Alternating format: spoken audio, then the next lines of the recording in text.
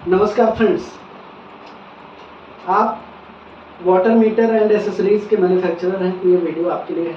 बहुत important video है। BIS ने क्वालिटी कंट्रोल ऑर्डर इसका आ गया है, इसको बीआईएस के अंदर मैंडेटरी सर्टिफिकेशन के अंदर डाल दिया गया है। तो अब यदि आप वाटर मीटर मैन्युफैक्चरर या एसेसरीज मैन्युफैक्चरर हैं तो इसमें 3 स्टैंडर्ड हैं जो कवर कर दिए गए हैं लाइसेंस के अंदर। तो ये आपके लिए ये वीडियो बहुत इंपॉर्टेंट है।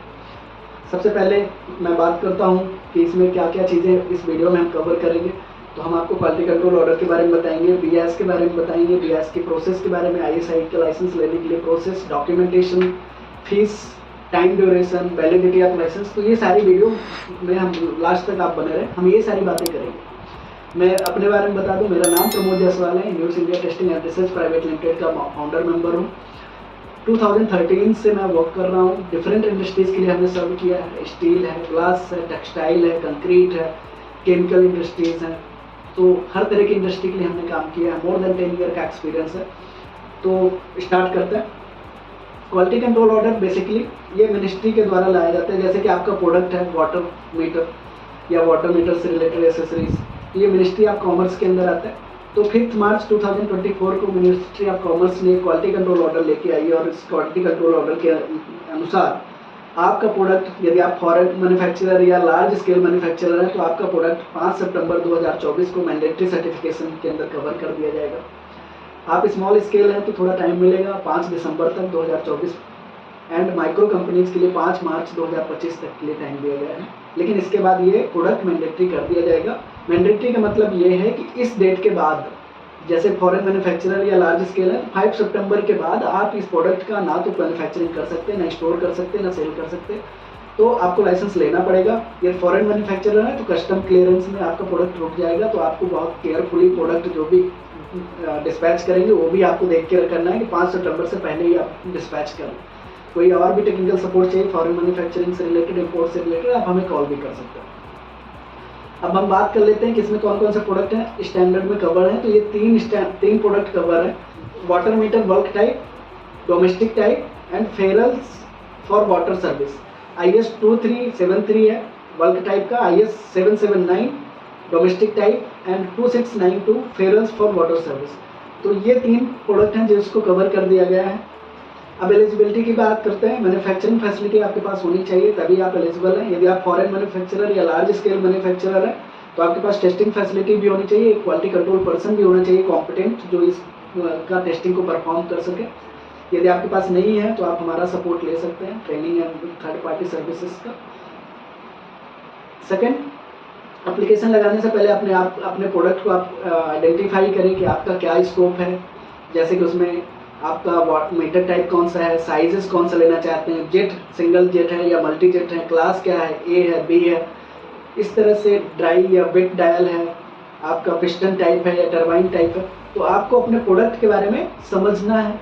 एप्लीकेशन लगाने से पहले आपको थर्ड पार्टी की सपोर्ट लेना है तो आप लीजिए, क्योंकि आपकी एप्लीकेशन, यदि आप अपने प्रोडक्ट को अच्छी तरह नहीं समझेंगे, स्टैंडर्ड को नहीं समझेंगे, तो आपकी एप्लीकेशन बीच में क्लोज हो जाएगी। तो ये आपको बहुत इंपॉर्टेंट इन्फॉर्मेशन है कि आपको अपने प्रोडक्ट को समझना है, स्कोप को आइडेंटिफाई करना है। इसके बाद हम बात करते हैं प्रोसेस की। बीआईएस लाइसेंस लेना कहते हैं, आईएसआई मार्क लाइसेंस लेना कैसे। तो इसके लिए 8 स्टेप्स हैं। सबसे पहले डॉक्यूमेंटेशन। डॉक्यूमेंटेशन में क्या क्या डॉक्यूमेंट बनेंगे मैं उस पर आपको बात करूँगा। सेकेंड स्टेप में आपका एप्लीकेंट सैंपल। यदि आप सिंप्लीफाइड प्रोसीजर में आपको प्रोडक्ट आता है तो आपके प्रोडक्ट को एप्लीकेशन लगाने से पहले टेस्टिंग के लिए सबमिट करना होगा बीआईएस के लैब में। देन आपका एप्लीकेशन सबमिट होगा। थर्ड स्टेप में एप्लीकेशन सबमिट होगा। अच्छा, सेकंड स्टेप आपके लिए, यदि आप फॉरेन मैन्युफैक्चरर या लार्ज स्केल नॉर्मल प्रोसीजर के लिए प्रोडक्ट है या फॉरेन मैन्युफैक्चरर के लिए ये स्टेप अप्लीकेबल नहीं है। थर्ड स्टेप में आपकी एप्लीकेशन सबमिट हो जाएगी बीआईएस में। फोर्थ स्टेप में एक ऑफिसर, आपकी साइंटिस्ट लेवल के ऑफिसर आपकी फाइल को स्क्रूटनी करेंगे। यदि आपकी फाइल में कोई कमी नहीं है तो आपकी फाइल ऑडिट के लिए प्रोसीड की जाएगी, अदरवाइज उसको क्लोज कर दिया जाएगा। तो ऑडिट के लिए यदि आपकी फाइल प्रोसीड होती है तो आपकी फैक्ट्री में एक ऑफिसर आएंगे, पूरे दिन की 1 दिन की ऑडिट होती है। आपका लोकेशन, रॉ मटेरियल से लेके finish good, list of machinery, process flow chart, everything verify होगा। Competency of quality control in charge and और आपका प्रोडक्ट की टेस्टिंग, ये सारी चीज़ें आपकी ऑडिट में होंगी। सब कुछ ठीक होने के बाद आपका एक सैंपल टेस्टिंग के लिए बीआईएस की लैब में सेल किया जाता है और भेजा जाता है।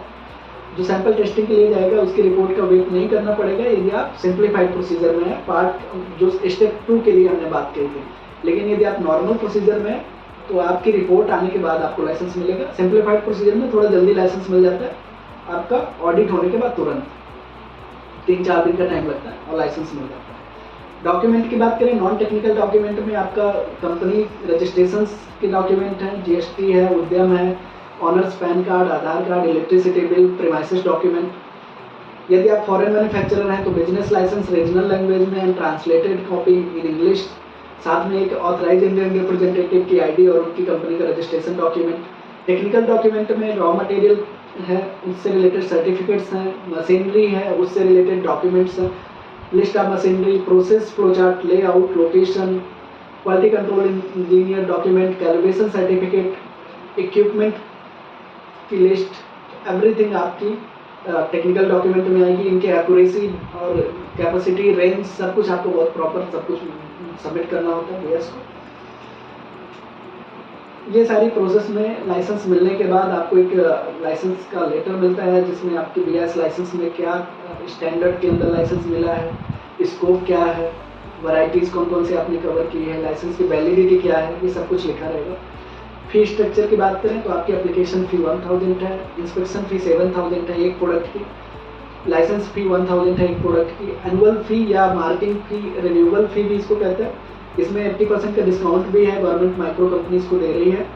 तो ये आपका प्रोडक्ट वेरी करता है, तो आप प्रोडक्ट आइडेंटिफाई कर लीजिए कौन सा आपका, आप हमें कॉन्टैक्ट कर सकते हैं, हम आपकी हेल्प करेंगे। सैंपल टेस्टिंग चार्ज प्रोडक्ट पे डिपेंड करता है, लैब पे डिपेंड करता है, तो आपको प्रोडक्ट आइडेंटिफाई करना है, देन आप हमें कॉन्टैक्ट करेंगे, हम आपकी हेल्प करेंगे। ये चार्जेस हैं। इसके बाद बात करते हैं रिन्यूअल की वैलिडिटी की लाइसेंस की।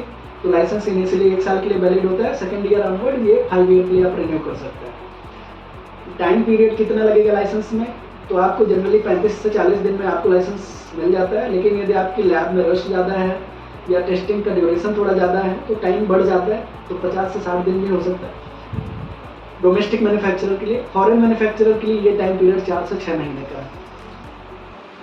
तो उम्मीद है कि ये वीडियो आपको काफ़ी इन्फॉर्मेटिव लगी होगी। Thank you so much.